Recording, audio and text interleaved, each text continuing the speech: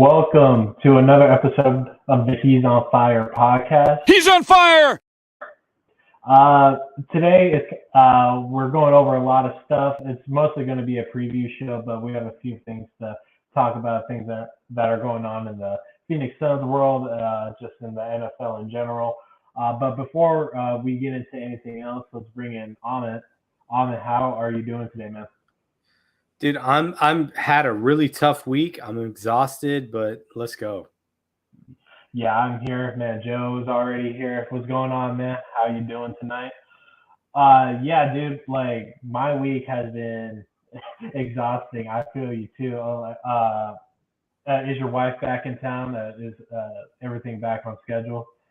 Not really. She's out tonight, so that's why I had to put the kids to bed myself. So that's why we had to start late tonight. Apologize to everyone that had to wait for us. But yeah, I mean, you know, I just had a lot of stuff on work that was deadline related that I had to get through. So it's, you know, it was rough. Before we get into all of the sports talk and all, I just got back from Universal Studios in California. It was really cool. It was nice to see all that stuff. It's just crazy how simplistic and complicated movies can be sometimes, you know? Like just going through that New York town on the trolley and stuff, and it's just so well done and put together, and seeing like all the rides and so when I walked into the Harry Potter world and stuff, it was absolutely crazy. I only rode the smaller ride. I didn't ride the one that goes through the the fucking castle and stuff. I didn't get around to doing all that because I had a little one. But the Simpsons thing was really cool. I had a Krusty Burger. The Krusty Burger was tight. But yeah, overall the park was really cool. When was the last time you were at Universal Studios on it? It's been a while, and I mean, I've done it a few times, and now that I work in film and television, I have like a whole nother perspective on the whole thing. Mm-hmm. What they say in the business is like, I'll retire from film and television. I will share all the dirty details with you guys on what what goes on in the industry, because it's crazy. Like, producers and film, the lighting and grip part of it. There's just so many parts. The gaffers. So they're like all the people that make the show. Like, we think it's like just the cast and the directors, but it's really hundreds of people that make these shows. And I can tell you stories about the people that are not the cast, not the directors, but just the crew. I can tell you stories about that. When I retire from that business, I'll tell you guys about that. I love I just have to Evan is here, everybody. Evan is here. My God, it has been a long time without you guys. It is good to see you. It is really good to be back, and I'm really excited for this weekend's matchup. Unfortunately, not a lot of good Sun stuff, huh? I think there's some good stuff. I think there's actually really good Sun stuff. Oh, we're going to have to get into it then. Yeah. So I just, I don't know what you guys are talking about, but I just hopped off of the SC Experience, a Raiders podcast, Southern California SC Experience. Everybody go check him out. Really cool dude. Really happy I could chop it up with him a little bit. And I got all the inside Raiders information right now. Are you guys excited for this week or what? This is the litmus test for me. I have to see how we do against this team, because so it's funny. Like, I don't know did you guys watch Red Zone? Like, do you guys have Red Zone? Oh yeah. Hell yeah. Okay. So those first like 9 games, there was not really good quarterback play across the board. Like, it was pretty bad. Sure. And including Derek Carr, right? Oh yeah. So, I was just like, my whole thought going through it was like, how, like, we keep talking about how there's so many good quarterbacks in the NFL, but I think there's maybe like 6 or 7 that are actually like elite. Like, everybody else is like average or below. Do you think that defenses or speed of defenses are starting to catch up a little bit more? I would say for week 1, this was a preseason game. especially for the Cardinals. Cardinals played like it was preseason. They can give a shit. And so did the Raiders, by the way. I just got done learning about that.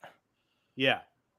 Well, yeah. I mean, even then, like Derek Carr. I mean, Derek Carr played better than Kyler Murray did, but they both sucked.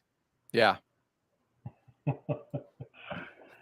Yeah, I'm a little worrisome about this game. Like I was driving back into town when the game was going on, and I turned on the local station, and it was just like Pat Mahomes touchdown, and I just turned it off for after like 25 minutes. The drive wasn't too bad, Joe. It was like 5 hours, no traffic, which I appreciate. But yeah, like I guess we can just get into like the sort of week one recap of it all, since we really haven't talked about it. I mean, like I missed practically the whole game. I watched the highlights and I listened to just about everybody's opinion on the Cardinals side and then the Sports Nation side of things. And I mean, we got fucking whooped, dude. I mean, like Kyler didn't have like a bad game, but it's nothing to really talk about, you know. I would disagree. I think he had a bad game. I think he did not. His pocket presence was terrible. I agree completely. He had no idea where the rush is coming from, and then in his angles to throw the ball, it made me start thinking like maybe Kyler's not the guy. Maybe he's too small to play this position. Because last year, what he was doing was he would back up and just throw it over the top. And this year, or like move out of the pocket and make room. But in that game, he just looked like Johnny Manziel. I completely agree. And I know Joe's in the chat here, and he thinks it wasn't on Kyler Murray, which the game planning and all that 100% was not on Kyler Murray, right? But what you were saying was kind of what I was alluding to, is his pocket presence. I didn't put it as precise as you so eloquently did, but I completely agree. He looked like he was a deer in headlights out there. It looked like he wasn't ready to go. And then there's I forget what TV show that was, the Last Chance U football coach was going on there being like, dude, Kyler's missing this read. A guy is coming straight on right here. He doesn't even look at him coming off of that side.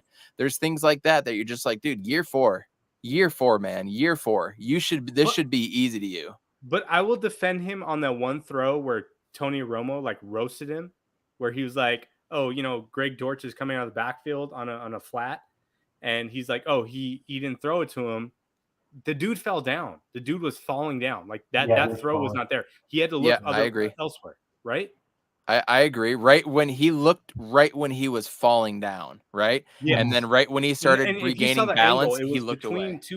It was between two linemen. It was a tight window to throw that ball. So he had to throw it, and he was going to throw it at his helmet if he threw it at that point. Shout out to Herman. He was just over on the SC Experience Raiders podcast over there. I had a blast over there. We appreciate you coming by. They blew us up. They gave us like 7 or 8 follows from that podcast. So hopefully this can be a good partnership with them. Maybe we'll have him on post game sometime. He's also a Dodgers and Lakers fan too, and he seems pretty non-biased overall. So if we can get a Lakers guy that's not biased, that would be golden for us. We're still waiting for that one Laker guy to come on. They don't exist. I have hopes over here. Like I saw things a little bit differently than you guys. Yeah, obviously, like Kyler's game isn't much to talk about. And the Last Chance U guy, I'm not a big fan of him. Like the season that I watched of him, he talked a lot of shit, and I feel like he obviously knows the X's and O's a little better than your average Joe. But I mean, there was ex-NFL players coming after him. I was like, what the fuck are you talking about? So I'm not going to put too much weight into what he was saying. But overall execution of his game was absolutely atrocious. I mean, Rodney Hudson played one of his worst games I've seen in a Cardinal uniform. He was collapsing like crazy. Justin Pugh was out, and then we were just kind of picking up pieces from there. Obviously, we didn't have Rondale Moore, and we're not going to have him again this week. Dude, and I'm so done with Rondale Moore. Cut him after this year. I am so done with him. It's Dortch season now. But yeah, I told you guys, remember I said like my preview was, well, I have to change it now, but my preview was Dortch is going to be the fantasy pick of the season. My other pick was you did say that. Going to be MVP. You did say that, yes. And I don't think Kyler's going to be MVP, based on what I saw this first week. Like It could Definitely. change. I It could change.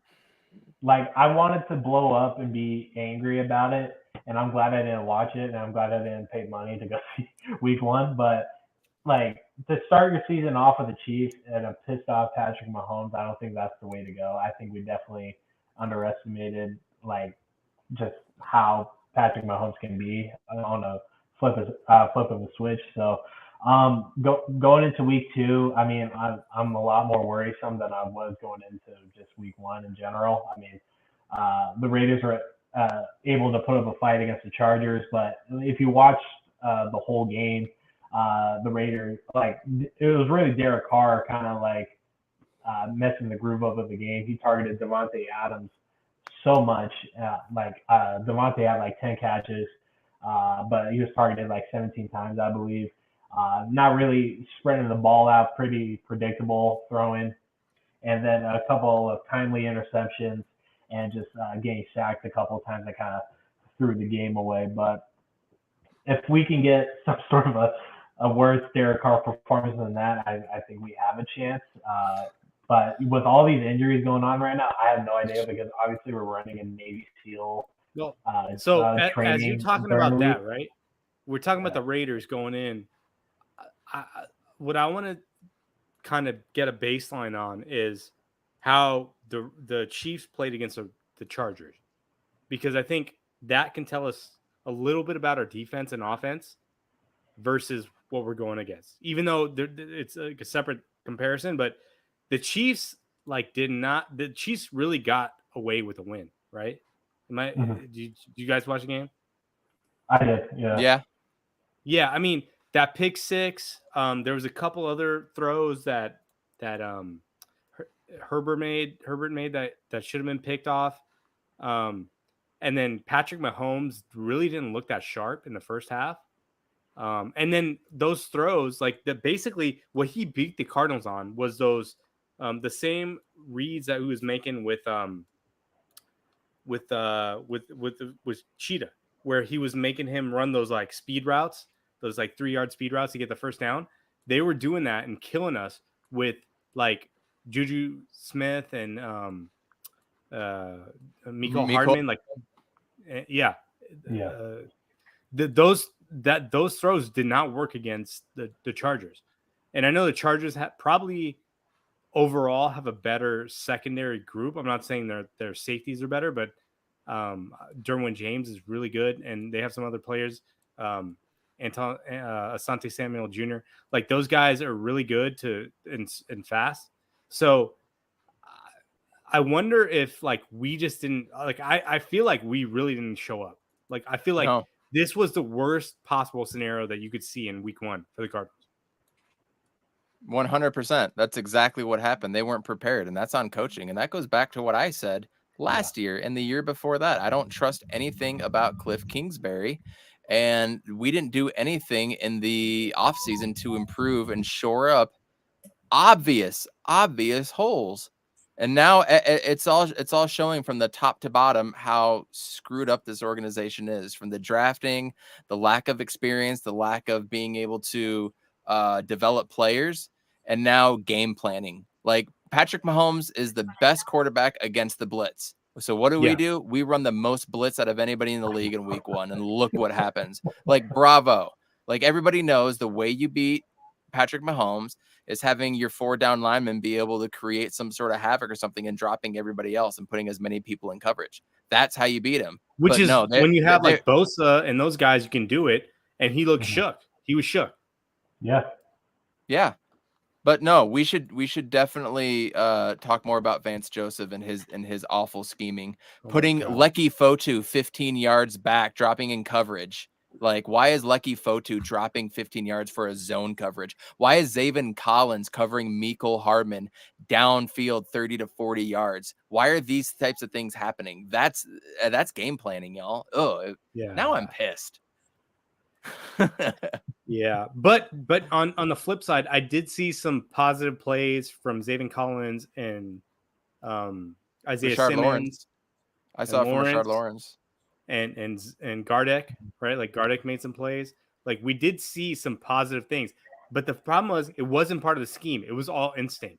Like the plays that they made were not scheme related. They just happened to like jump a hole or whatever it was, or like punch a ball out. Like it wasn't like scheme related things that they did that made them look good, right? Yep, I completely agree. And that's a big problem. That is a big, massive problem. So on the flip side, the Raiders were not prepared. And that's what I just got done talking with the SC experience about. They were not prepared. It was one of the worst prepared games they'd ever seen, and they don't trust Derek Carr either. So like that gives me hope. Like maybe our secondary can come up with a couple things here or there. Maybe we can stop the run. Their starting center is out. Their starting linebacker, a starting safety is out. So maybe we can do some things up there. If their starting center is out, I'd love to be able to get a little pressure up the middle, something we haven't been able to do. Does JJ Watt return? Is he healthy? Does he make an impact? Like if JJ Watt's there, you all know, I think he's going to make a huge impact for other players. Not necessarily like he's going to have 3 or 4 sacks or something. I think it opens it up for Gardeck, for Zach Allen, for Marcus Golden, for people like that to succeed. And so what is that going to look like? And then our cornerbacks against Renfro, Darren Waller, Devontae Adams, and can we get any pressure on Derek Carr? So that's going to be the key for me is can we get pressure on Derek Carr? But how does Vance and Cliff Kingsbury do this? I mean, their starting cornerback is out. They have like 3 UDFAs that are going to be playing, young guys. Are we going to be able to go downfield? Can we do that? Can James Conner get 3 to 5 yards up the middle when their weakest is in the middle? Can we do things like that? And can we trust DJ Humphries and Beachum to take care of Max Crosby and Chandler Jones on the outside? Personally, I mean, I don't think Chandler Jones is going to do much. Max Crosby is a beast. I love me some Max Crosby. So what I'm worried about with Kyler and what I've seen over his entire career is that his pocket presence is not good, right? So what he does is he tries to like spin around and go out to the outside. But if you're getting pressure on the ends on both these guys, Chandler Jones and Max Crosby, is he going to figure out a way to step up? Because I don't think he can. He's not tall enough to step up and throw over the top, right? So he's got to find the angles like Drew Brees did his own entire career to find those angles. I'm worried. I really wish that this front office and Cliff Kingsbury would lean in to Kyler Murray's mobility. Like, let's move the pocket with him. Quit forcing him to being a pocket quarterback. If that's not what he's comfortable doing, stop doing it. Like, why are you drafting a right guard and putting him at left tackle, right? That's what I feel like this is what we are doing. Move the pocket, show more pre-snap motion. They're not doing any of that to help him out. And game planning. Well, I would like to see more pistol, right? With him. I saw quite a bit of pistol, I thought, didn't we? I enjoyed that part. Well, I feel like there's no misdirection with the pistol when they ran it. Like I'd like to see some more misdirection with it because we all would. Yeah, facts, buddy. Yeah. I mean, like it's just he obviously he's comfortable in shotgun, so that's fine. But like, let's make it a little more interesting than him just catching it, taking 3 steps and throwing it, like or backing up further and throwing it. Like let's, like you said, roll it out or put the pistol running back in motion or misdirection play, something else. And we didn't even see Trey McBride. What was his targets? Dude, did he even get a target? No, he was out for the game. He was a healthy scratch. Okay. They didn't even our second round pick. They didn't even suit him up. And Ertz got maybe 2 targets, and that was in garbage time. Yeah. So like, what are we doing, dude?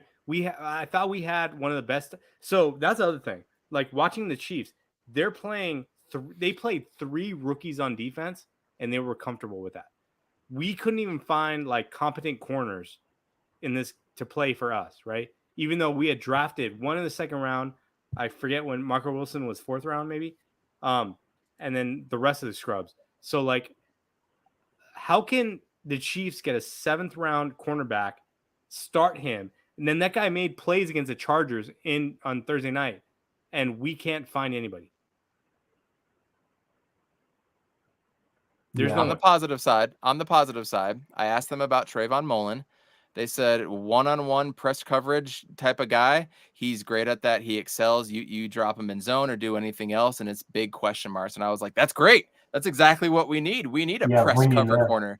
That's like perfect. But the problem is we're gonna play zone. We're gonna play zone blitz, and we're gonna drop 10 yards off of everybody too. Yeah. Again, scheming. I agree with what y'all are saying and stuff, and we absolutely need to see more motion on the line. We need a tight end presence too. 2 targets for our starting tight end is absolutely unbelievable, considering like Zach Ertz being a top 5 tight end in the league. Like that's the guy you utilize, and especially how deep our tight end room is. Like we basically have these guys on disposable. And if you're worried about Zach Ertz questionability about being injured, I mean, go with Max Williams, go with Trey McBride, try something, put an extra blocker on the line to give Kyler another second or two. Because with the pocket collapsing every time, like what is he supposed to do? He can't step up because he can't see over. If he goes back, then that's just kind of regressing in a sense.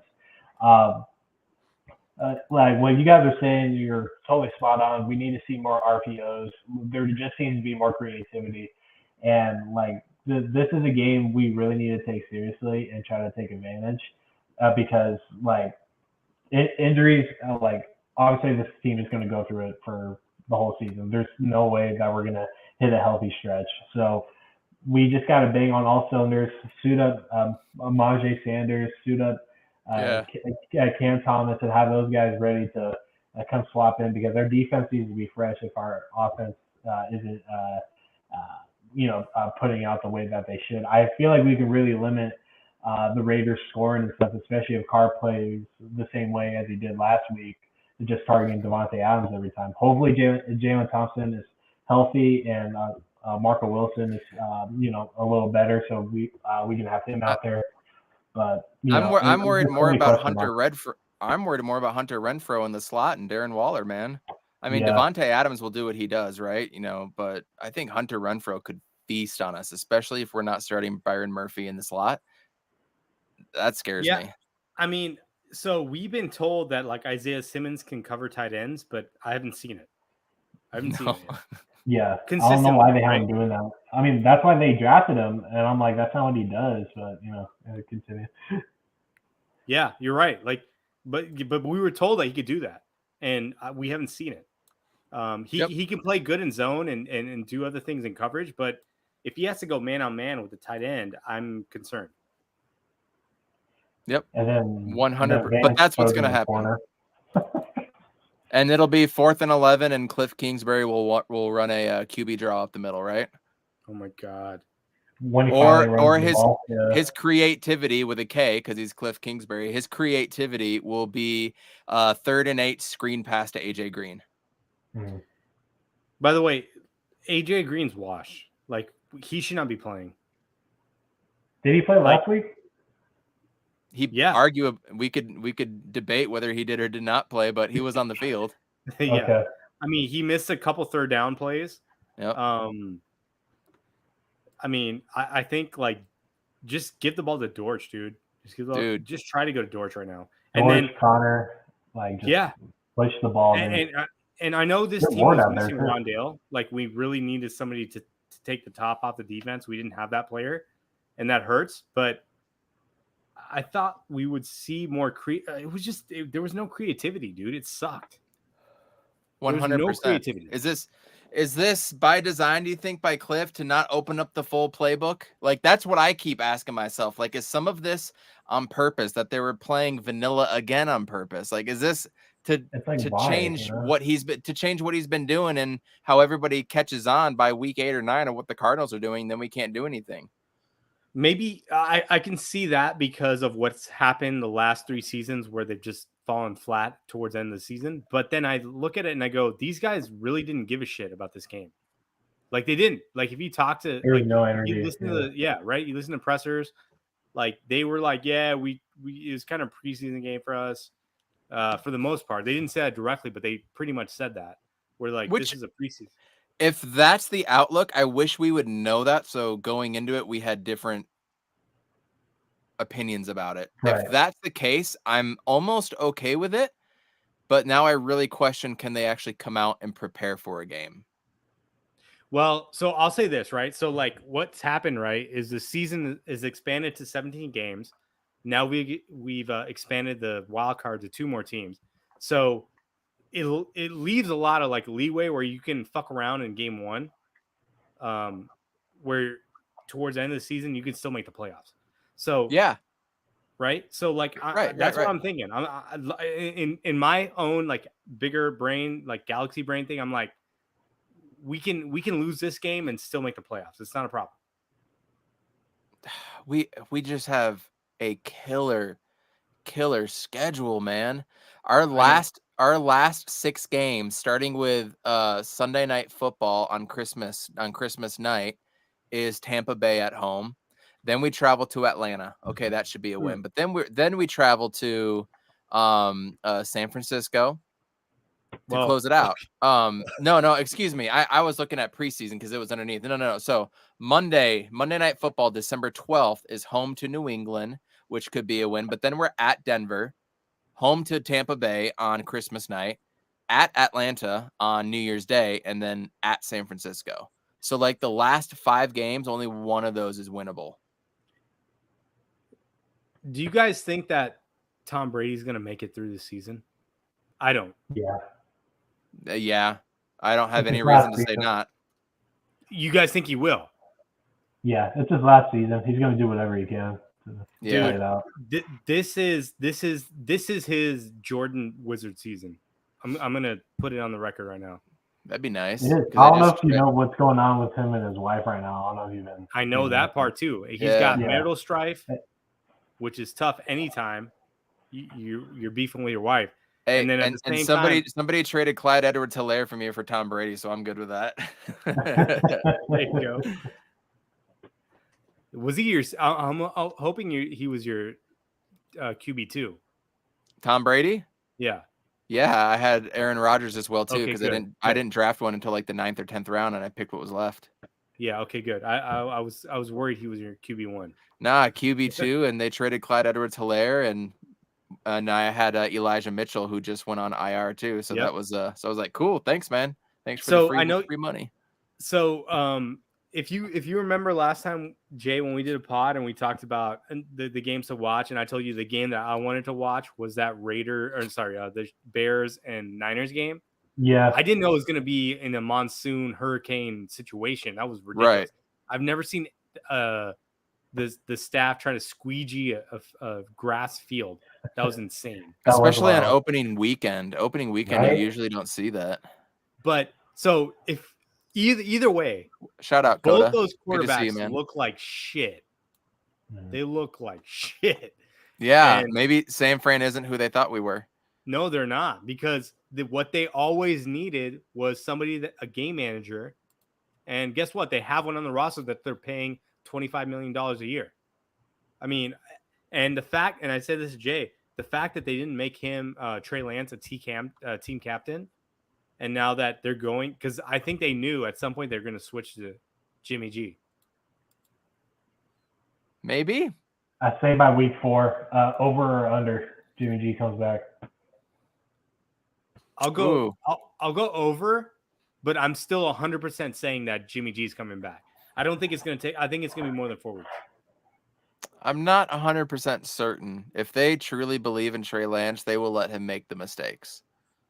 Dude, but what is he doing that's extra, though? What is he doing that's extra?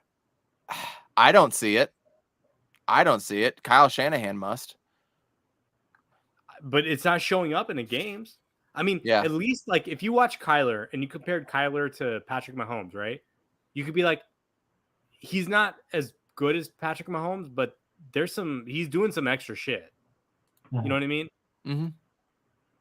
But like if you compare Trey Lance to like anybody, including Jimmy G, you'd be like, well, I mean, I don't know.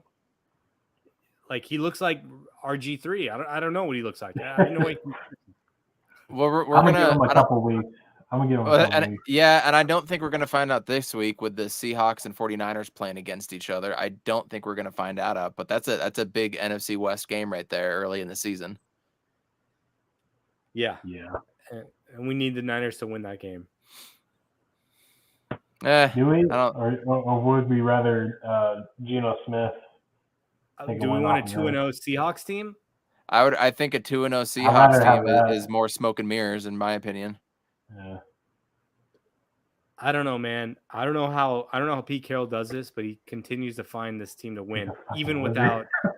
God, I hate Pete Carroll so much. I hate him so much.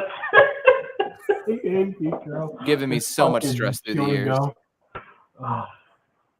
Yeah.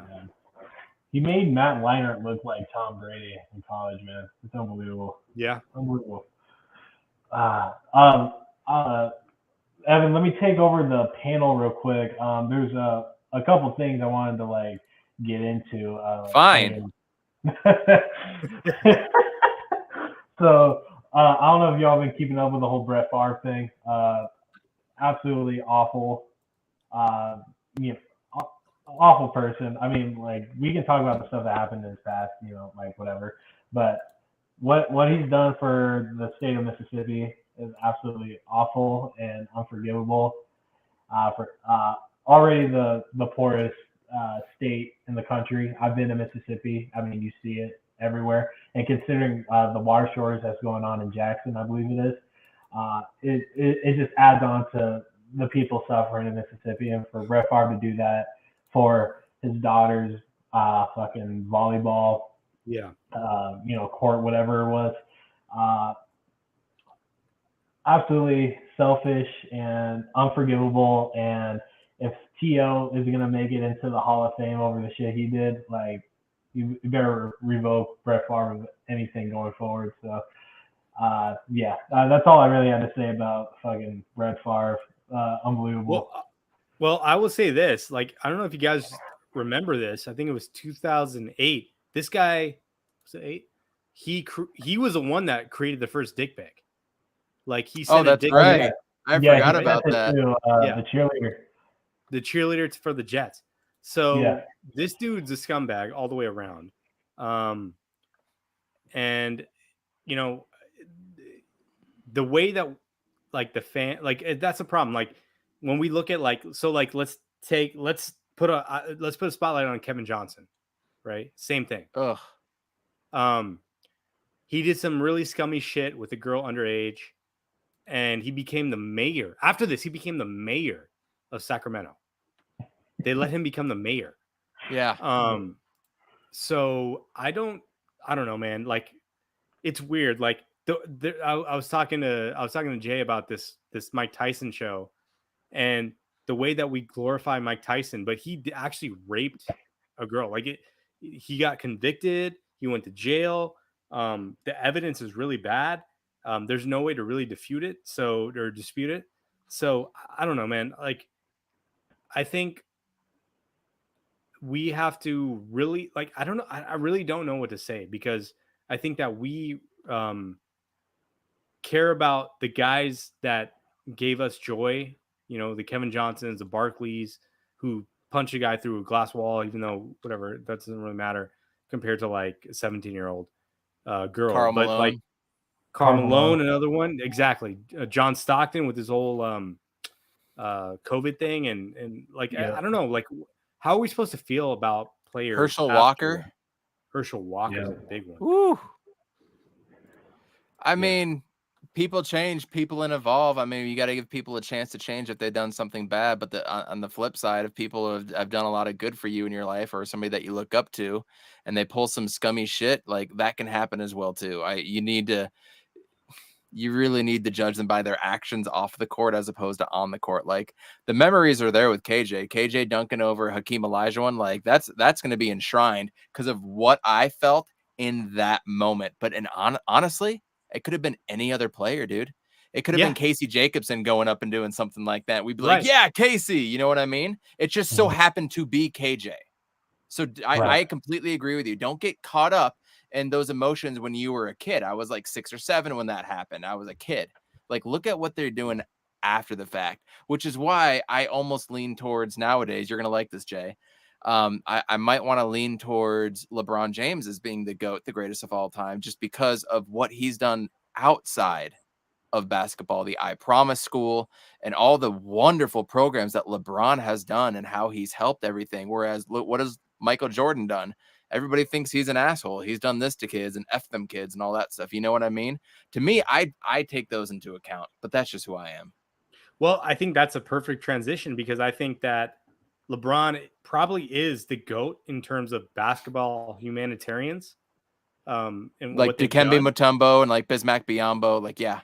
But especially because he's got 53 million followers on Twitter, and he basically said Robert Sarver needs to go. And maybe we should transition there. Hashtag Sarver out. Before we do transition, what do you guys think is the prediction for the Cardinals and Raiders going into it? I just made mine, and I think it's going to be like 28-27 or 31-30, and the Cardinals are going to lose, and we're going to lose by 1 point. That was mine, and they said that we should be able to blow the Cardinals out. So that's the perspective from the Raiders right now. I'm going to give a conservative prediction, and I'm going to say 27-21 Cards. I know the line is really after all the shit that you just talked on the Cards, you're getting a W. Yeah. I love it because I don't believe in the Raiders. I don't believe in Derek Carr. No, I don't either.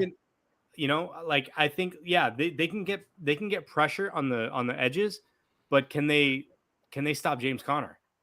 And I think are we going to rush James Conner? Sheesh. Yeah. Are we even? Well, yeah, that's another thing. We didn't really. Well, we were down by like 3 touchdowns to start the game, so we couldn't really run him. But I mean, I think we're going to see more tight end action. We're going to see more hopefully Rondale Moore plays. If he doesn't play, we're going to get a 100-yard game out of Greg Dortch. Yeah. Rondale and Andy Isabella are out. I think I want to see Trayvon Mullen. I want to see Jalen Thompson, and I want to see JJ Watt. 100%. And to go back to what you said earlier, Evan, we didn't talk about this too much. Yeah, with JJ just coming back, his impact just making the other defenders comfortable alongside of him. I mean, it does a lot, dude. I mean, and JJ Watt, he's always going to put in that pressure. You know, that's just who he is. You know, he's obviously not putting up the sack numbers as he once did, but dude, he's always like a step or two behind like a sack. So with JJ Watt coming no matter where you line him up, he's double teamed. He's going to be double teamed on where he is, no matter where he is. And we need that. That's what we need. Yes. Yeah, that's what we need, 100%. So with JJ Watt hopefully coming back Sunday and being comfortable, it makes everybody else comfortable. So I feel like if we get him back, that's already a couple steps forward past week 1 for sure. By the way, did you guys see what happened to his brother? Oh, yeah. Yeah. He doesn't need surgery, thank God. But, yeah, torn pec is no joke, bro. That sucks, dude. I think it's a family curse. That was till like December, right? Yeah, he's going to be gone for a while. Yeah. And we'll see if he plays. I mean, I feel like it's the same story, right? We've already heard this story last year. Or we've heard it with JJ Watt for multiple years.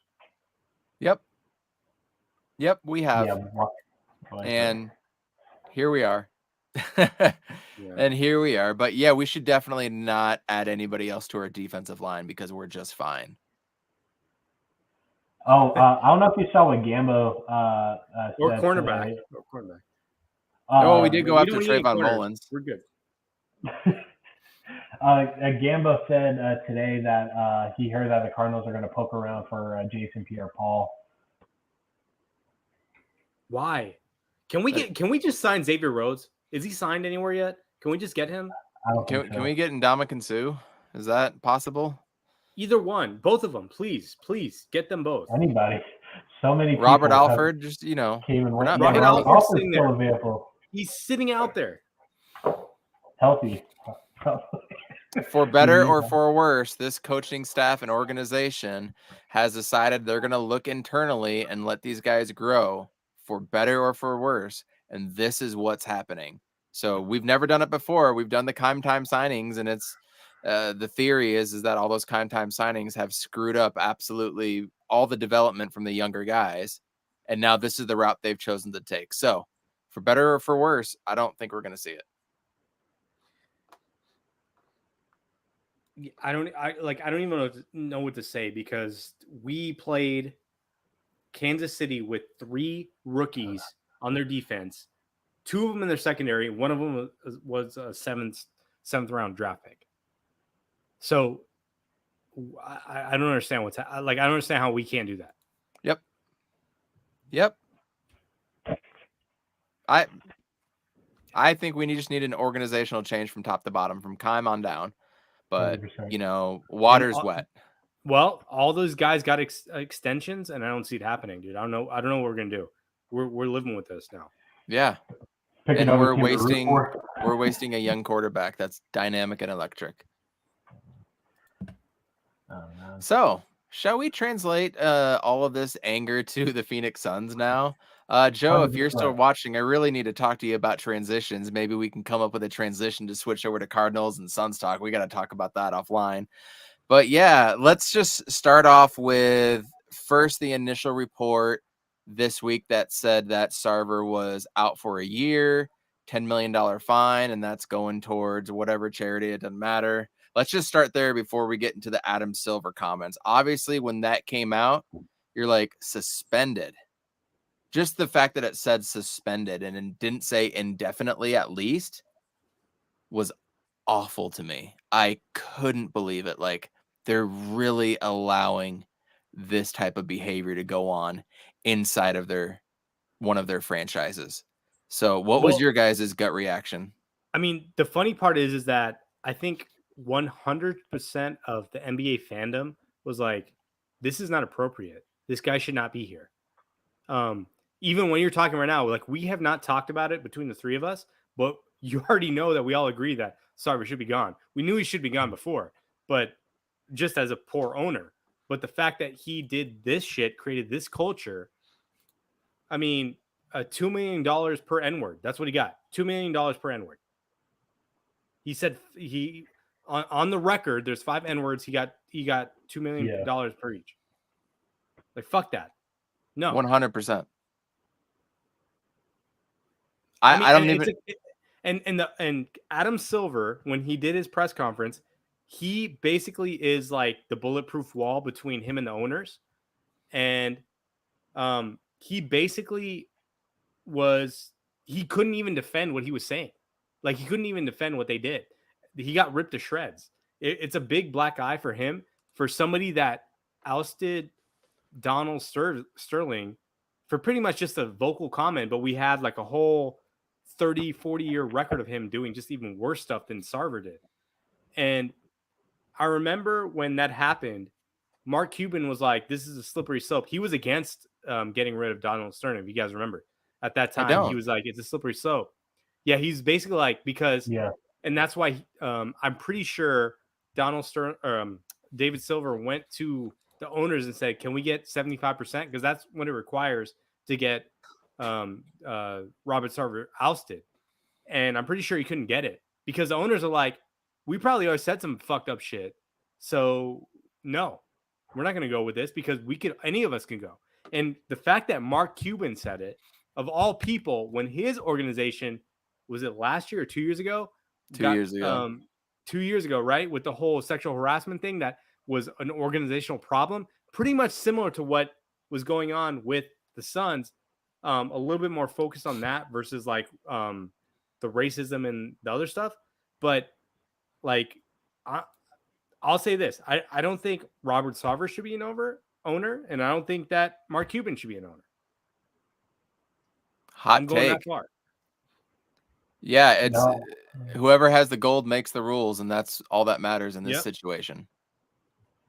Yeah, with there's obviously a system issue if Adam Silver can't make a final definite decision. This is where player empowerment comes in, and I'm glad LeBron and Chris Paul came out.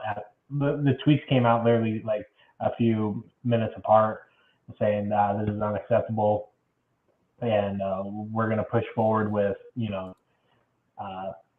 with this process and try to get this dude out. I read the 35-page report that came out, and pretty heavy. I mean, 5 N-words too much.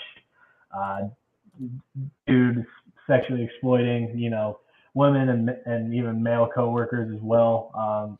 Dude, top to bottom, has been doing awful shit since 2003. And I'm glad the other minority owners are pushing against Robert Sarver, asking for his record. God, I can't talk today. For him to, fucking dissipate, and then PayPal coming out. Shout out to them too for making a stand as well. So everybody is closing the circle on Robert Sarver, and it's gonna hopefully rattle the cage enough for him to exit eventually. And I'm hoping for it. I'm praying for it. I think it's best for not only the team, not only for the players, but for the city as well, and all of the victims that he made uncomfortable and felt exploited and had job transitioned out. Imagine getting your dream job working for an NBA team and that shit happens to you. It's unbelievable, man.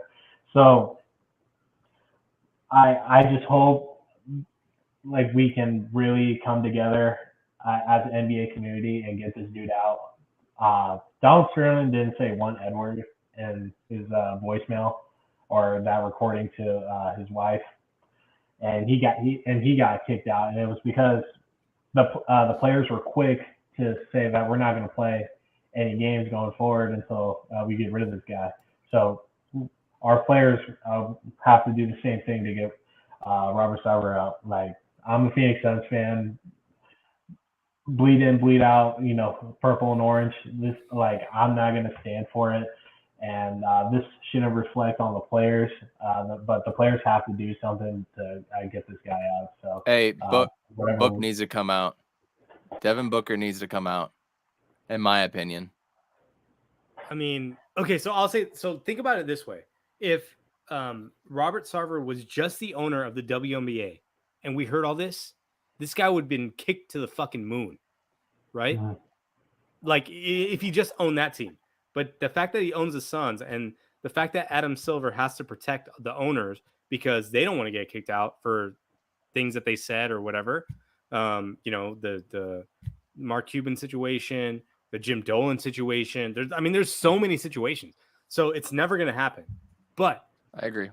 I wonder if the NBA is trying to get rid of him in another way.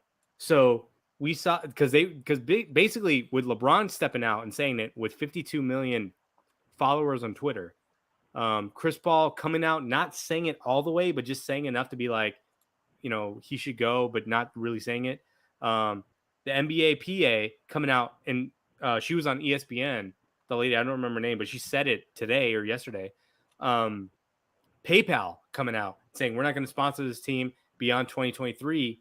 So I think the writing's on the wall. And then John Najafi or whatever his name is coming out and saying that too. I think, I know you're saying that we need to hear from Book. I need to hear from Larry Fitzgerald. Your jersey right there. I need to hear from him. Larry too. Larry wow, would be big, great point. Yeah. Because his ownership group actually, I think he's part of the Najafi ownership group. If he comes out and says it on his own and say, look, I don't support this, because he was like, why was he supporting it? Like, he was he even came out, he didn't like say silent. He even like supported Robert Sarver, if you guys remember, and he sat courtside with him. And I'm just like, why would you do that? It just didn't. And now that we know the facts, and then I guess what the NBA said and what Silver said is that they're like, well, you guys didn't hear all the facts. And I'm like, well, we heard the worst facts. We heard the worst things. Did he do something better? Did he save a kid from drowning? Like, what did he do that made him so great compared to the worst things that he did?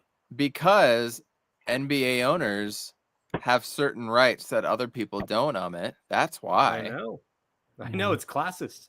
Wow. It's incredible the things that we're hearing. That if I can, though, and I want to go solo real quick. Go. Robert Sarver might be the owner of the team, but make no mistake, this is our team. Yes. This is the city of Phoenix, the Maricopa County, the state of Arizona. This is our team. We are the ones that are buying the merch, the tickets, having a podcast about them, right? We are the ones making the memories. We are the ones that lived the childhood vicariously through these players who we still love. I mean, obviously, we just talked about Kevin Johnson, but that's neither here or there. This is not Sarver's team. This is our team. I see a lot of people saying like boycott the Suns, boycott this, do it. Like, I don't agree with that. I respect everybody's opinion to do that. But Robert Sarver owning this team does not change my 30 plus years of fandom. It doesn't. If anything, I want to support this team more if more players were to come out and say something and be opposed to it. You know what I mean? So keep buying the merch, keep doing that stuff, because sports is not just about the owner. It's about all of us. So that's what I want to say about that. Well said. And I would say if you're gonna buy merch, buy it from guys like Craig Hamill and get these cool like That's custom true. shirts. Which you should just do anyways, right? Yeah, you should do it anyways. Support the local artist type of thing. Yeah. But I'll just say one thing. Like any of us, like what I don't even I don't know how to phrase this, but like the fact that this guy paid $2 million per N-word, like I just can't get over that fact. Like that's all it took was $2 million per N-word for him to say that and get away with it. If any of us said that in our job, we would all be fired and we'd be looking for work. Bro, even if I said it without the hard R, I would be fired. Exactly. And he did that. He did both. I think he tried to, from what I remember, he was telling stories of other players saying it. And he was like, why can't I say it? With the soft A. And it's just like, bro, you cannot say it. The only time a white person should ever say the N-word is if they're in a big motion picture like Leonardo DiCaprio in Django Unchained or something. That is the only application. Tarantino film. That's the only time you're allowed to. And Leo wasn't even comfortable with it. He didn't want to. He went back and forth with Jamie Foxx, and Jamie Foxx was like going at him like, yo, no, you need to say it. Call me the N-word. Say it. And that's how we got him into characters. Like, no, you got to change your mindset and go to a different character. But I mean, Leo didn't even feel comfortable with it. That's what's crazy. He's like, actors don't even want to. And Westville, what's going up, man? Yo, so as we're on that topic, like Pulp Fiction with Quentin Tarantino being the actor to say the word, the hard R, in a one scene to say one line. Why did he do that? Do you guys have any idea? Like, why would you do that? You both of you guys seen Pulp Fiction, right? Oh, multiple times. Yeah. You know what I'm talking about, the scene, just right? to prove the edginess or something, maybe. I don't know. But it was like it had like that was the part of the movie. That's the only part of the movie where I'm like, what does that have to do with the movie? Why do you do that? It was unnecessary. Yep. It was unnecessary. It was an unnecessary touch. Yeah. I like anyways, just don't say it. Just don't say it. Like don't say it. It's not that hard. Don't be a dick. Hey, guess what? Don't say it at work. The minimum. Do not say it at work. Yeah. Don't do it at work. Or in an email. Like, come on. I'm like, is Sarver even there? Like what? I feel like he's working from like home like 90% of the time. Like it's like the other 10% he's just like saying all this shit and doing all this shit. Hey, here's another thing. Don't pull your dick out at work. That's pretty easy to do. Do not do that. There's no inclination I've ever had to pull my dick out at work. That's pretty easy. Especially to dudes. Why would I show it to a dude at work? Why? I'm not in a gym. I'm not a basketball player in the locker room, in a shower. You were at work with HR freaking present. Yes. Yeah. Just don't pull your dick out. Come on, dude. These are like things like so obvious things. Like, why is he owning a team? There's no reason for him to own a team. So how do you guys think this affects the team moving forward? We see it overall did not really affect them last year on the court. Like we didn't see a lot of questions for it post game or things along those lines. How do you think this affects them? Jay, I want to hear from you for a minute. I like you said, I don't think it's going to affect him too much. I've always kind of separated the front office and ownership from the team. I think the team is a separate entity when it comes to this organization, and they're the product. And as long as the product can do what they can and perform at the highest level that they're getting paid to do, I mean, by all means, you know. So I like you said, last year it wasn't a problem. And it was definitely a conversation point a year ago from today, really. And now I expect sort of the same thing. I hope it doesn't affect our play, which I don't think it will. Yeah. What do you think, I Amit? mean, same thing. Like, I think that when it comes to the team, I think it's James Jones, Monty Williams, Chris Paul, Devin Booker. They run that team. So I'm not concerned about what happens outside of the operation. Word. But I will say, like, I think we all are concerned about this team going into this year, given what we've happened last year, what we go For with different the roster. reasons. Yes, different reasons at all. Hopefully this has no impact on them, but if there is some sort of which it sounds like it's going to happen, there's going to be some sort of management struggle now, because I feel like the momentum has picked up so much in literally 3 days, like from Tuesday or Monday when it was to now. So much momentum has picked up that I feel like we're going to see a management change this season. I was kind of thinking like over under, like who's going to get ousted first, Trump or this dude. And I still put my money. I'm going to put my money on Sarver.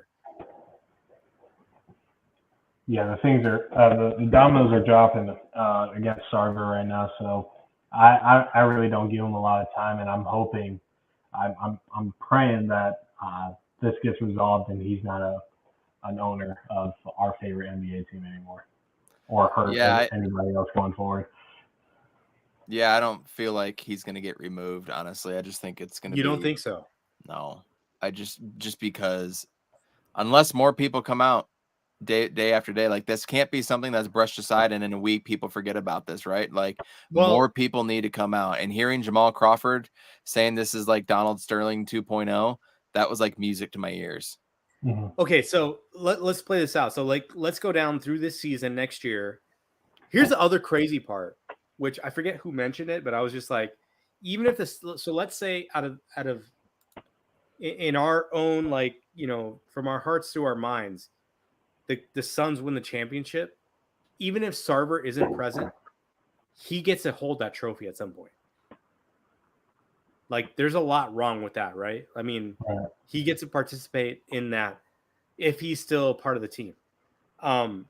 With PayPal saying what they're saying, that basically after this season, if you haven't replaced this dude, we're not going to be a sponsor. Do you think anybody's going to be a sponsor for the Suns?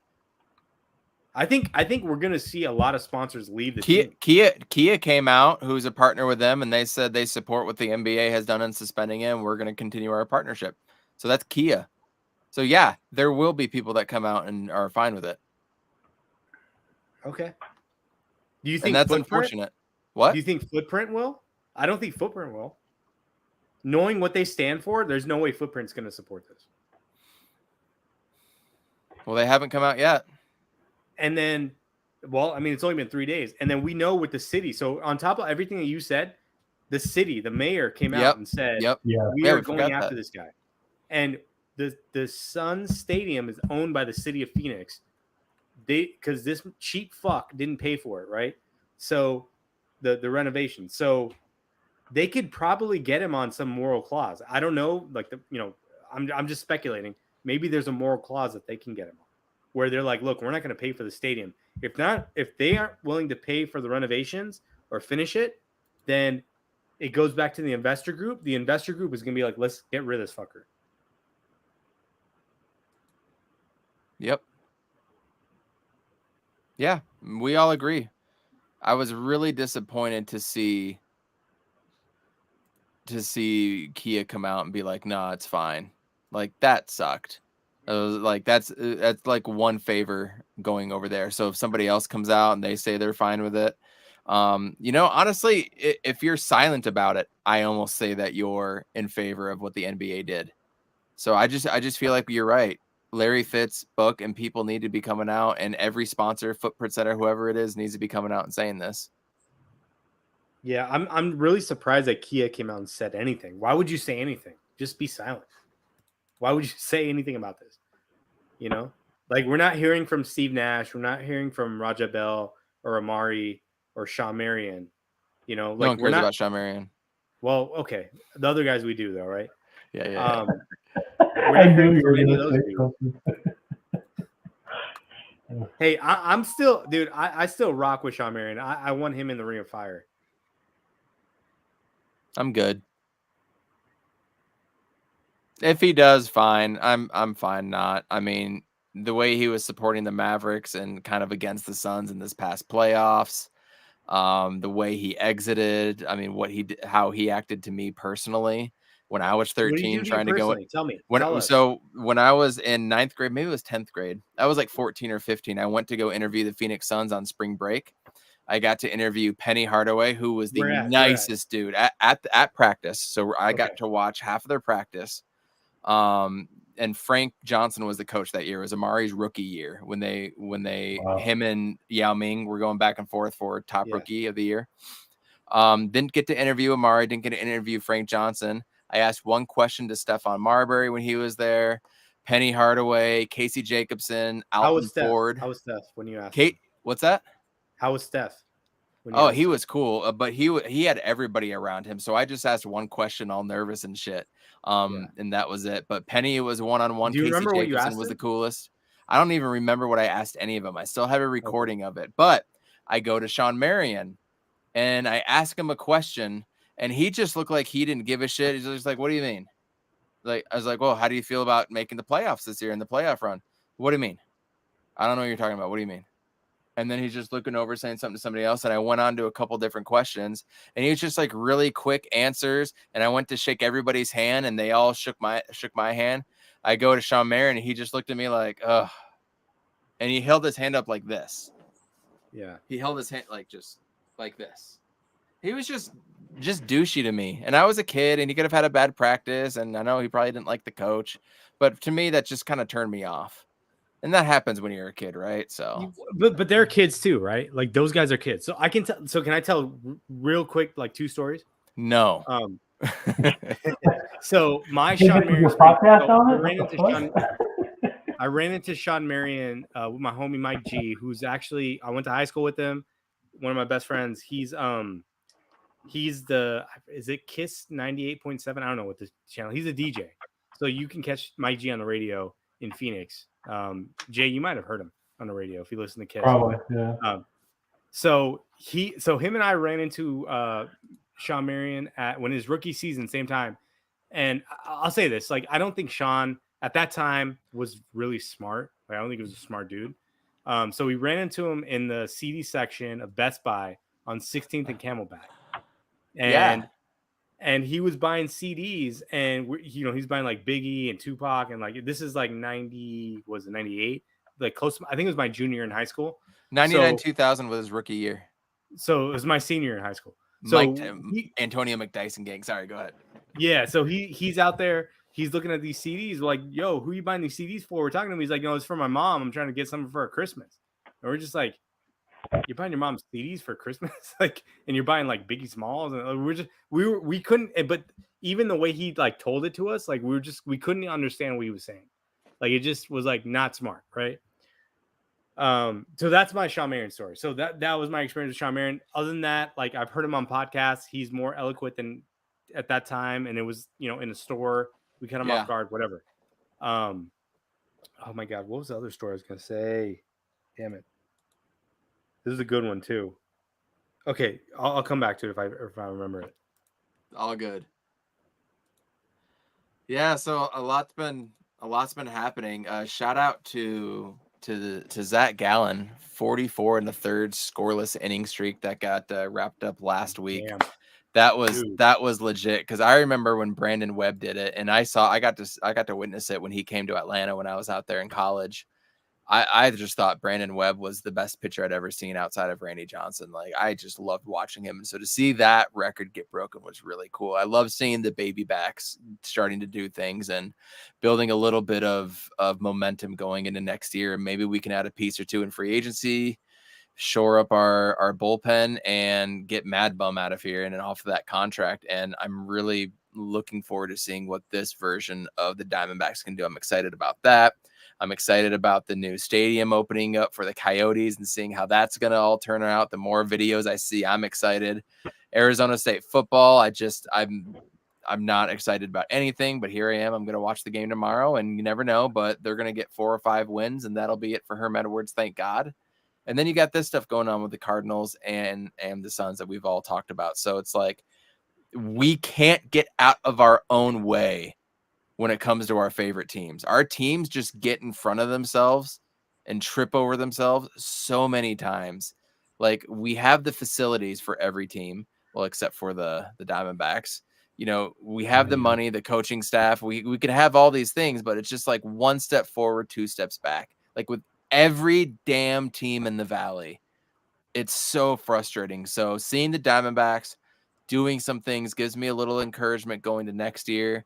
But I'm not really encouraged by what I'm seeing out of the Cardinals, the Sun Devils, anything. I do think, however, I know you guys don't really care too much, but I do think Arizona State basketball is going to be a lot of fun this year. I'm really high on them, so hopefully that'll come to fruition. I hope so. I never root against ASU anything. Like, I support them just as much, but I'm not a fan. But I'll say this, dude. Like, I know we bag on our teams and how shitty they are at times and how shitty we feel about what they do. So my cousin, she moved here from India in like 2014. And then she lived in LA for a little bit, and then she moved to Dallas. And then she married my brother's best friend, right? They moved to Dallas. She became a Cowboys fan. So she told me this like a couple weeks ago. And I was like, why? Why would you do that to yourself? And then what happened to the Cowboys? Dak Prescott's out for 8 weeks. And that became my target on my survivor pool to be the team that I'm always looking for every week to see who they're playing, and I'm picking them against them. So, I mean, I know we have it bad, but some other franchises have it even worse. Yeah. We could be, if my friend Albert's watching, we could be Padres fans. Oh my God. Yeah. Yes. We could be Pirates fans. We could be Browns fans. Imagine being a Cleveland Browns fan. Oh, Ahmed, what do you think about Elfie being the logo on the field going forward for Cleveland? All the way up. I haven't even seen it. Are you talking about for Guardians or for Browns? For the Browns. For the Browns, they have a logo? Yeah. Can somebody share it real quick? Can we pull it up? Because my whole thing was, I told you that Russian doll helmet thing, and I still want to do that. I still want to make that shirt. See how small we can make that helmet go inside the helmet. Would be hilarious. Oh, but I did want to shout out Serena Williams. I watched her. Hell yeah. Yeah, shout out to her. What a great career. Fucking Mount Rushmore tennis players, and just overall, like, athletes, I would say. Absolute beast. Like, won a tournament while pregnant and stuff. She was just badass, man. Shout out to her, man. What a great career. Glad I got to watch her final match. I actually had an argument with somebody, and it was a woman. And I said that I think Serena Williams is arguably the greatest athlete of all time, for doing that while she's pregnant and her absolute dominance. She could be one of the greatest athletes of all time. Amit, this is it right here. I'm going to share my screen and bring it up. Yeah, Elfie. Dude, can they just put the fucking dog pound thing? The bulldog. That's what I said. I'll do it. What the fuck is that? The dog pound should be their logo. This is better than what their stupid orange helmet is when they're called the Browns. Just be the dog pound, man. Oh my God. Who? Tell me an NFL team that puts the AFC logo or NFC logo in their end zone. Like, nobody does that. No. There's 2 A's. No, but I'm saying they're the only team that puts the actual like conference logo. Don't in they their don't they end zone. put it like sometimes like down here, something On the or like by 20, the yeah. 20, or they might do like a Maybe. midfield something. Look, man, you and we've Oh. all watched all the Cardinals games. We have not seen any NFC logo on the field. It's true. That's stupid. That's bad. That's That really is bad. true. So never a dull moment in Arizona sports. It's been a while since we've all been together. So it's good to kind of get back. We've all been busy with lives. We're all dads, so that we just do what we can do. I mean, hell, last week on the Cardinal Rule post game, which I hope everybody joins this week for, my wife fell down the stairs during the podcast, and I had to be like, "Oh, I'm out. I gotta go." So I mean, here we are, and here is Albert. We were just talking about your Padres, the dad. So I wonder if he heard that or not. By the way, did but Diamondbacks win tonight? Do we know? I'm pretty sure they did not. But I've been podcasting for 2 hours, so I stopped. They won keeping score. yesterday. They won yesterday, and I was with Albert, and he was very happy about it. Yeah, I mean, like, so no, yeah, tonight they were down big, 12-3. I didn't think so. That's fine. Whatever. We beat them yesterday. The way that the Dodgers broadcast covers them, they cover them as if we are midgets, like we're nothing. Well, so yeah. I was listening to like they were talking about the pregame and like the advertisement or whatever, and they were saying, oh, Diamondbacks maybe they'll have a good season this year, or maybe they'll have some players, and the way they talk about it as if they've already won the World Series. And I really think I'm almost positive that the Dodgers are going to lose. Yeah. Oh, They're absolutely. not winning the World Series. They talk so much shit. They better win, dude. They have to win.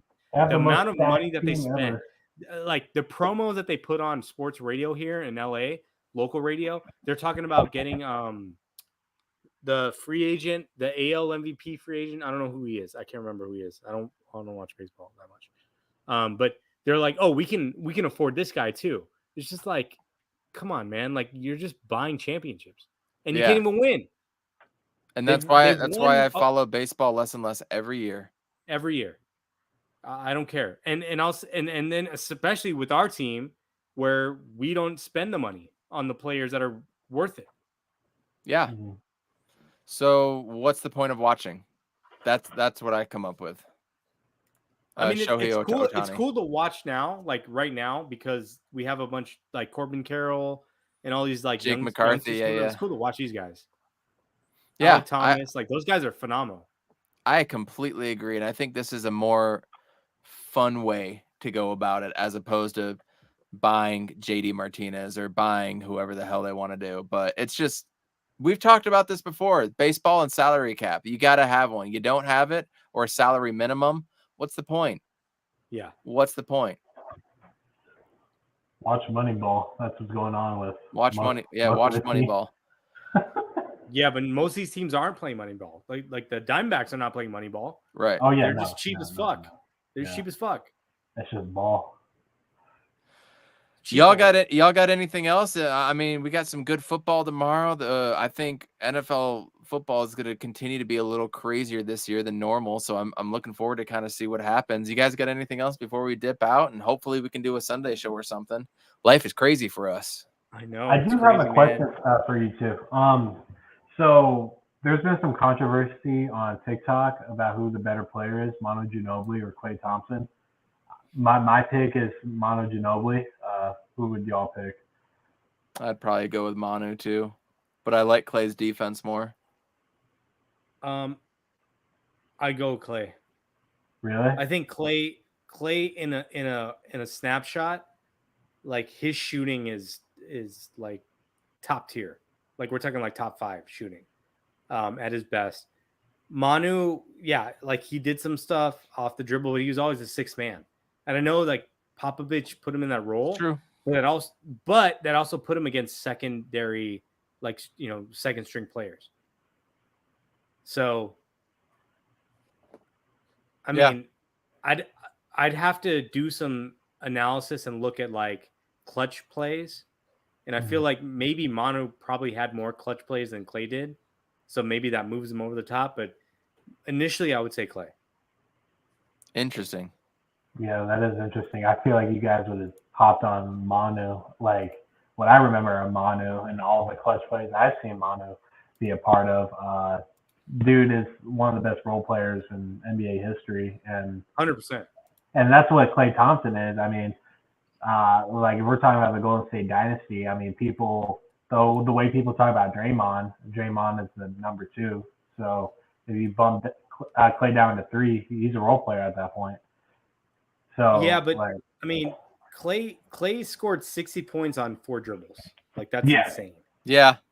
One of the best But shooting performances I've ever seen. Yeah, 100%. I felt like there was more creativity and overall playmaking from Manu, and there was more clutch plays from Manu. In the playoffs, yes. In the playoffs, but I'll take Clay's defense any day of the week over Manu for sure. Yeah. Yeah, I feel like the defense is kind of close, no? I'll take Clay's. Really? Yeah, without question. That's a good one. That's a good one, though. What else you got? That's the one that's been circulating a lot. Okay. I put a thing on TikTok about it, but yeah, I would take Manu in that situation. And plus, the San Antonio dynasty gets like brushed over a lot, but they were really good for like 25 years, and got 5 chips out of it. And I mean, they're consistently good and well managed and stuff. So like when we're talking about the Spurs dynasty and Golden State's run so far, I'll probably take the Spurs, honestly. Yeah. Amit, what do you got for us? Any final thoughts before we dip out? I was gonna ask you guys real quickly. I know it's after dark territory, but have you guys watched Rings of Power? No. I've been so busy with, you guys can see the studio panels and stuff beside Looks me. great. I've been so busy with that. I'm behind yeah, on. that shit looks fire. Thank you. It's go watch. great. You guys got Prime? You guys got Prime? Oh yeah. Yeah. Go watch Rings of Power, dude. It is fucking phenomenal. I want to watch that. I got to watch the Game of Thrones. I still haven't watched Stranger Things, Cobra Kai. There's so many things right now. I'm finishing up my MCU experience. I'm on season 3 of Jessica Jones, and I put a big pause on that for a while because I've been working and I'm trying to make my way through the whole MCU. So I'm still determined to finish that. Don't watch Defenders. I like Defenders. I enjoyed it. Did you? Yeah. Don't watch Iron Fist then. It wasn't that good. I would say, and I had a conversation with a colleague today where we were talking about it. I think MCU peaked at Endgame. Like, I don't think it's like No Way Home is pretty good. I watched actually Love and Thunder the other day. That was fun. Decent. It's good. It's fun. Like it's like Ragnarok, but not as good. It's not Civil War. It's not like one of those movies, but it's still fun to watch. It's better than the second Thor. It's better than She-Hulk twerking for sure. I haven't seen She-Hulk yet. I'm waiting to get into that. I watched 10 minutes of it and I turned it off. It's all right. I haven't watched Moon Knight either because I've been working my way through the timeline order. So Moon Knight. Yeah, I mean, I would say like the best, if you're gonna watch like the Disney Plus shows, the best ones are Loki. I like Loki, Falcon and Winter Soldier, and WandaVision. And then after that, it gets really bad. I liked the Hawkeye show. I enjoyed Hawkeye. I liked Hawkeye too. Hawkeye was underappreciated, I feel like. I thought it was pretty exciting. I'm looking forward to rewatching it again, but I just finished Punisher season 2, and I fucking loved Punisher season 2. Dude. I loved everything that they've done with Daredevil too, so I'm excited that they're bringing Daredevil back for an 18-show season. That's going to be awesome. Insane. Yeah. Insane. So there should be some big things in there if it's 18 episodes. Yeah. Which is crazy. They're shooting at one of my studios in New York, Silver Cup. They're shooting it there. So I talked to the guy actually today. We were talking about it. Like having an 18 episode season in this day and age is fucking crazy. Yeah. Yeah. But that means you have a lot of material you want to cover. But they did that in Agents of S.H.I.E.L.D. They had like 24 seasons or 24 episodes pretty consistently, but that's kind of the ABC Fox. Yeah, it's not streaming. It's not streaming. Yeah, it's different. Yeah. Streaming is like 10 episodes, 8 episodes, 6 episodes, limited series sort of shit. But yeah, it's different now. Agents of S.H.I.E.L.D. is definitely a lot better than a lot of people say it is, in my opinion. Yeah. There was more to it. It's more tied into the MCU, whereas like Daredevil and Punisher, they just had like little tidbits like, oh, you mean like the big green guy? They would say things like that. They would just have like little whatever. So you know what's funny that you mentioned that? Like the first like 5 minutes of so I only watched like 10 minutes of the first episode of She-Hulk, and she's like talking about Bruce. So Bruce Banner shows up. She's like, "Oh yeah, we're talking about Iron Man. We're talking about Captain America." Like literally mentioning their names, and I'm like, they're just throwing names out. Like they're trying to get people to watch this, and I could not get into it. Did you watch it, Jay? Oh yeah, I've watched every episode so far. Like I'm not crazy about the writing and the overall execution of it. Like I'm a comic dude, and like the way that they're portraying She-Hulk is only like 40% of what they're hitting on. They're kind of doing kind of a bad job.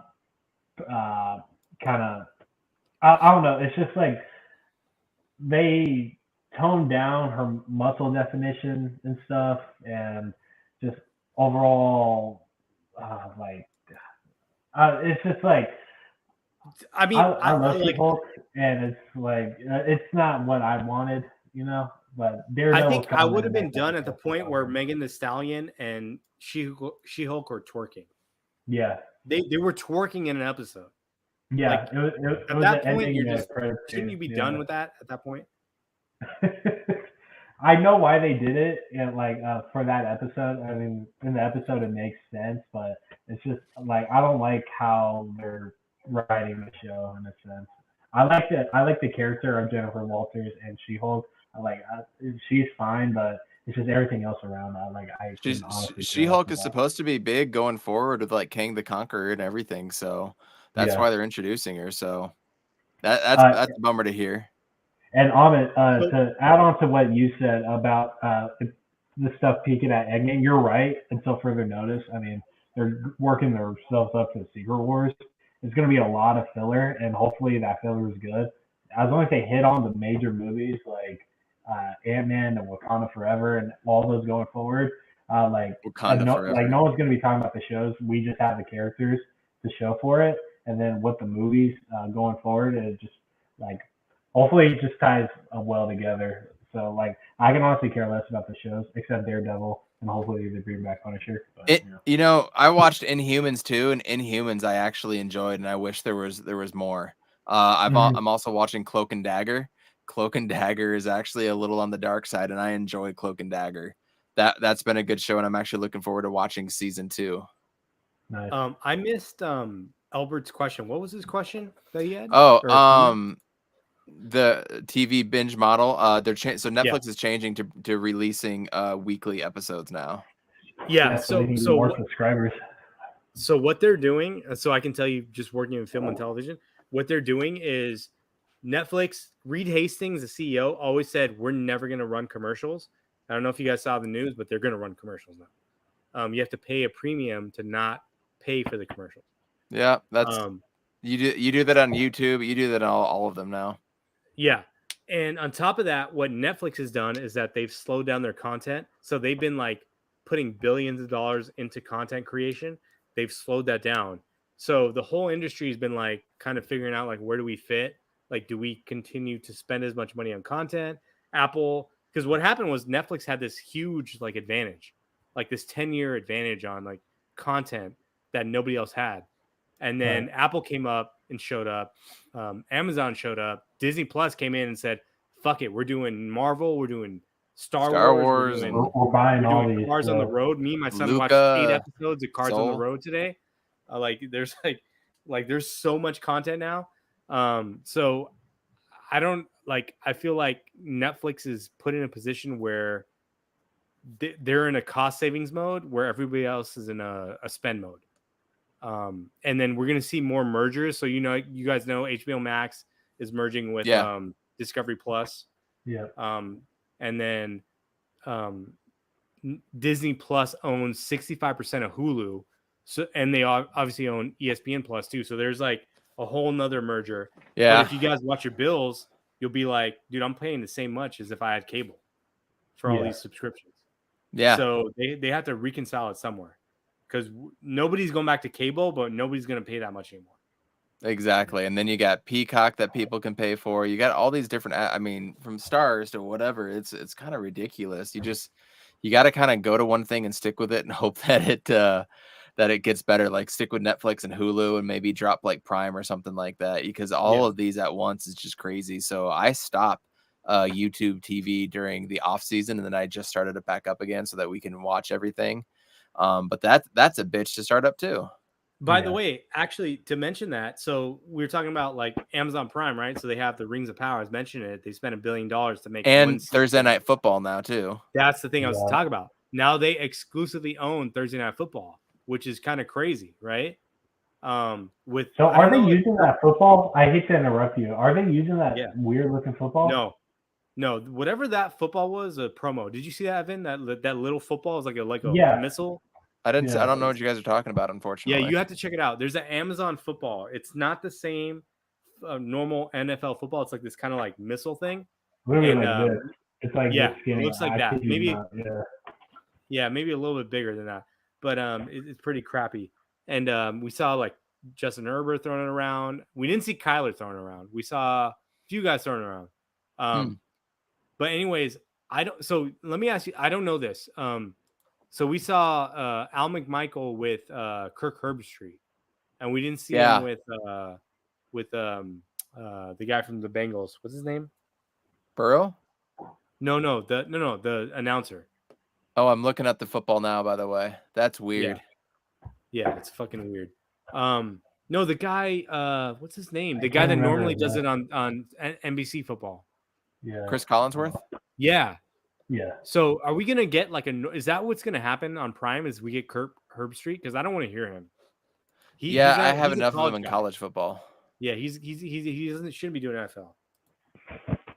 But Al Michaels forks up. Monday night? Oh, I didn't. So Monday night, you're right. Monday night is hold on, let me look it up.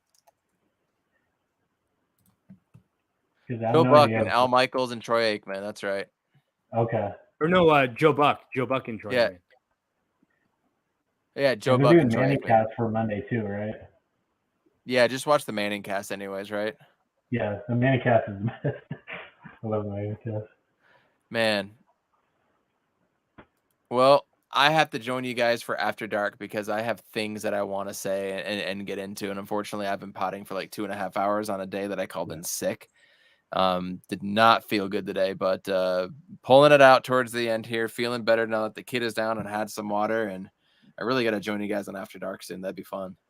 Yeah, we got to have you on, man. Like, you just let loose and talk about all the shit you've been watching, all your political shit, whatever. It's an open book out on the After Dark show. So, yeah, we got to have you on, man. We'll get that going. We'll try to get some sort of schedule down with episodes of He's on Fire, but it's a difficult time for everybody with having kids and all that stuff. So, but we're going to be here. We're just going to shotgun it as usual. So just make sure you hit the like button on this video, share this out, ring the bell so you guys know when we're actually going to be coming on, because we figured out we can't have a set schedule right now. Hopefully in the future we will be able to. We can go full guns a-blazing. But you know what? That's where we're at, and it's kind of been a while. So I'm gonna bring this up to get us out of here tonight. Not looking forward to watching the Cardinals on Sunday, but hopefully they can actually come out and do something and surprise us. That would be nice. But we're gonna talk about it soon. Thanks for joining, you guys. We'll talk soon. Peace.